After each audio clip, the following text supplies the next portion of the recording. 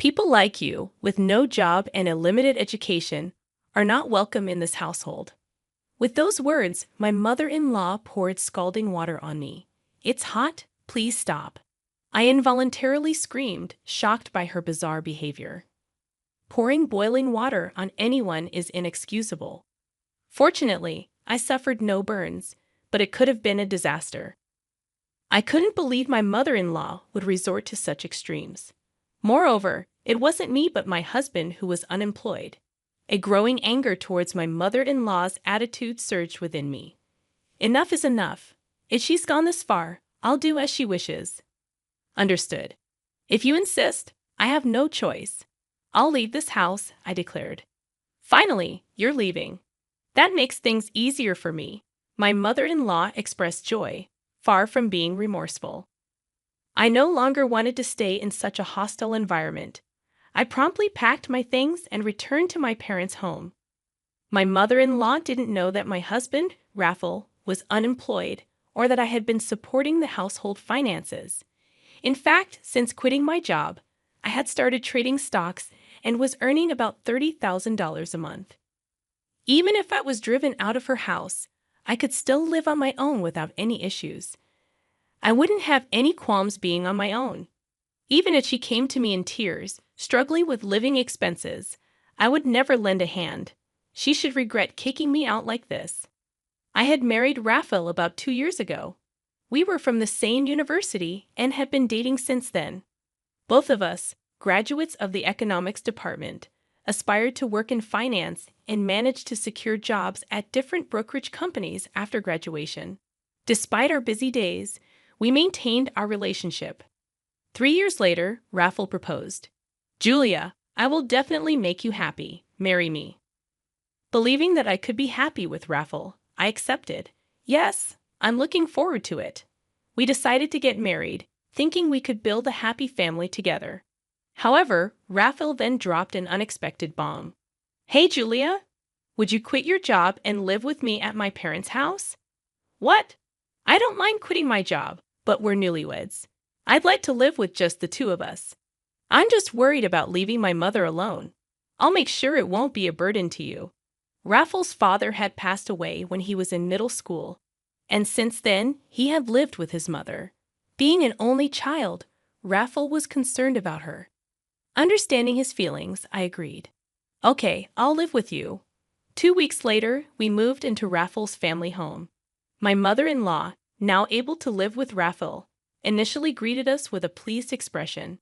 However, as soon as she looked at me, her expression clouded. She stared at me coldly, making it painfully clear that I was not welcomed. It doesn't matter. You didn't have to come here. What did I mishear? I thought I heard my mother-in-law muttering something under her breath, but I couldn't make it out clearly. I smiled and brushed it off. At this point, I began to feel a bit anxious about living with her. However, the day passed without any particular issues. The next morning, I woke up to the sound of my mother-in-law yelling at me. Are you still sleeping? Hurry up and prepare breakfast. When I looked at the clock by my bed, it was still before dawn, around 4:00 a.m., and it was still dark outside. I was surprised that she would demand breakfast so early. Why so early? Don't just laze around because you're not working. My mother-in-law scolded me, still groggy from sleep. I thought it was way too early in the morning, but I couldn't argue back and started preparing breakfast. Even while preparing breakfast, my mother-in-law kept berating me. Hurry up! Why does it take you so long? You're so slow. After 30 minutes, breakfast was finally ready. I'm sorry for making you wait. You finally finished. Can't you make it faster? My mother-in-law complained again. I wanted to retort that it was physically impossible to do it any faster, but I just smiled and shrugged it off. What is this? This soup is too salty. What is it?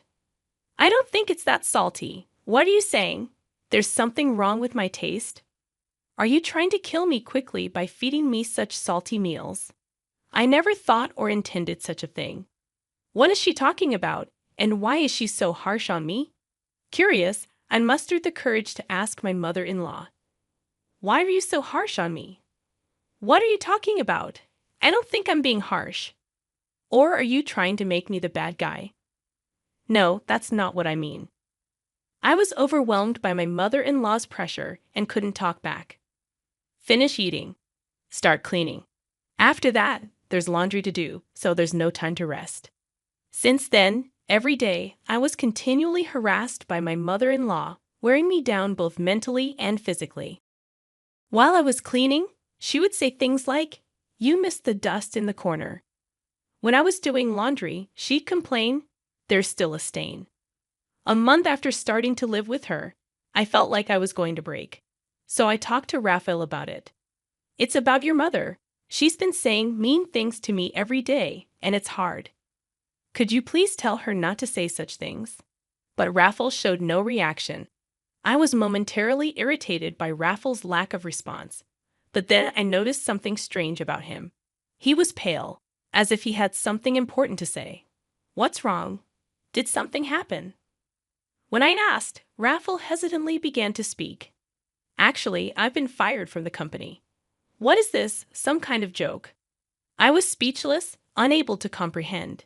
There was a downsizing at the company, and I got laid off, according to Raphael.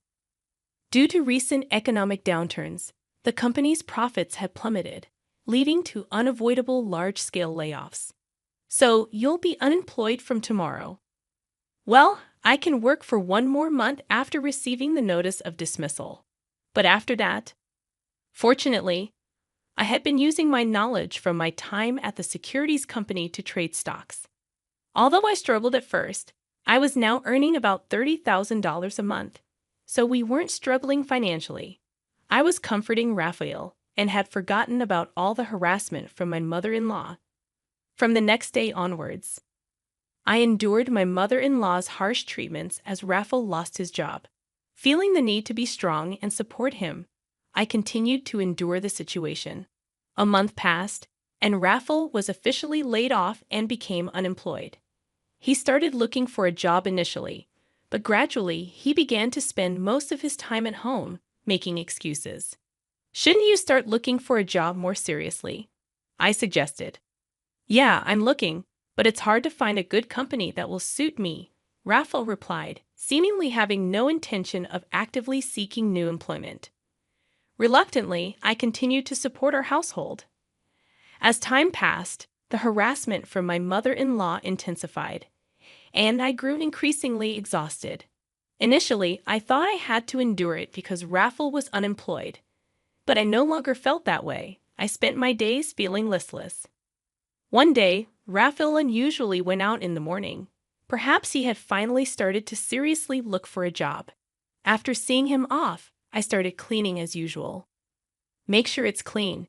Do it properly." My mother-in-law sipped coffee on the living room sofa, hurling sarcasm at me. Fed up, I ignored her. Suddenly, she threw a tantrum and yelled at me. "How dare you ignore me? You're just a mere daughter-in-law. You don't even have a job." Ignoring her, I continued cleaning. She grew angrier and confronted me. "Still ignoring me? Unemployed and uneducated people like you should leave this house." She yelled and then poured boiling water on me, the hot water she had prepared for her coffee. "It's hot, please stop." I screamed involuntarily at her sudden action. Thankfully, the water wasn't super boiling hot, so I didn't suffer any burns, but it could have been a disaster. Finally reacting, she said, "This is what I've been saying. If you're not working, leave this house." She smirked as she spoke. Fed up with her behavior, I had no choice but to agree to her demand. "All right, I'll leave." "Good. That makes things easier. Leave quickly." I quickly packed my things and decided to leave that day. I no longer wanted to spend another second in that house.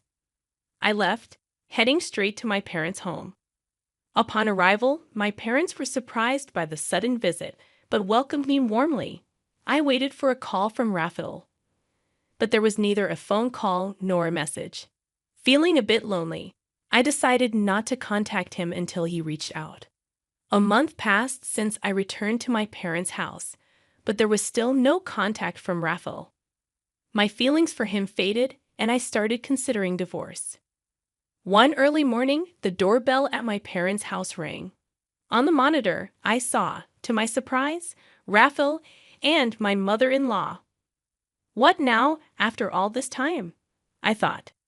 Yes, what can I do for you? I've forgiven you. Now come back home quickly, she yelled through the intercom as usual. Forgiving me? What's she talking about? I appreciated her words, but I hadn't done anything that required forgiveness from her. After telling her that, I ended the intercom call, boiling with anger at my mother-in-law's attitude. However, they were persistent, banging on the front door violently. Don't just hang up on me. Come on, let's go back, my mother-in-law yelled. Considering the noise they were making could become a hassle to the neighborhood, I reluctantly opened the door, inviting my mother-in-law and Raphael inside after seating them on the sofa in the living room. I inquired about their unexpected visit, wondering why they were both there all of a sudden. It was my mother-in-law who had insisted that I leave, and now she was telling me to come back. The situation was perplexing, and I couldn't make any sense of it. You're the one who told me to leave. There's no way I can go back now, I asserted. My mother-in-law responded with frustration, accusing me of childish behavior and claiming to have forgiven me. She insisted that I return and stay in her house, even stating that she'd let me, an unemployed and uneducated person, stay there. But I'm not the unemployed one, it's Raphael. And if I go back, they'll take advantage of me every day. I might not be working, but what about your son, huh? I retorted. Raphael seemed surprised at this revelation. My mother-in-law appeared confused, indicating that Raphael hadn't informed her about his layoff. Pressed further, Raphael finally admitted to being laid off from the company.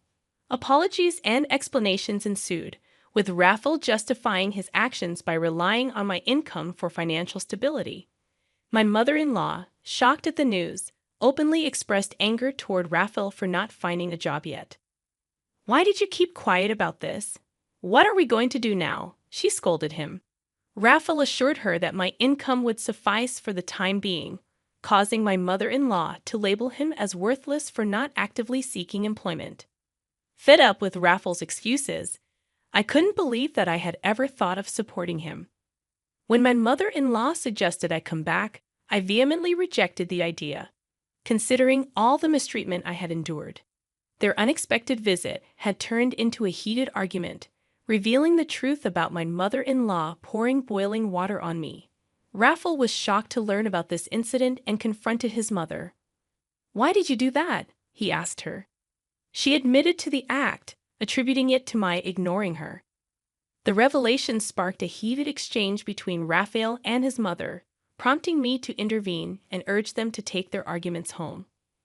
Realizing the impact of their loud arguments on someone else's house, my words prompted a change in their attitudes.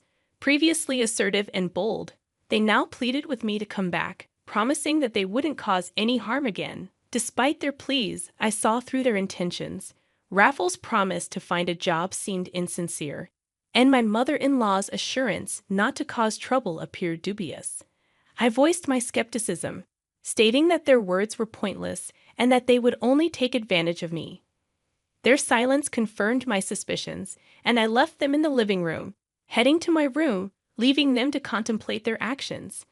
When I returned to the living room 5 minutes later, they were still sitting in silence with their heads down. Frustrated by the prolonged silence, I questioned, "How long do you plan to stay quiet? It doesn't matter to me anymore." Instead of a response, Raphael signed something. I had handed him a pre-filled divorce form with my name on it. Surprised by the document, Raphael looked utterly confused. I bluntly explained, "Can't you see it's a divorce form? I'm done with someone who won't find a job and didn't even contact me after I went back to my parents' house." "Do wait, please. This is too sudden," Raphael protested. I found his stubbornness irritating, as he seemed oblivious to the fact that his actions were the root cause of our problems. Unmoved, I affirmed, "I've made up my mind.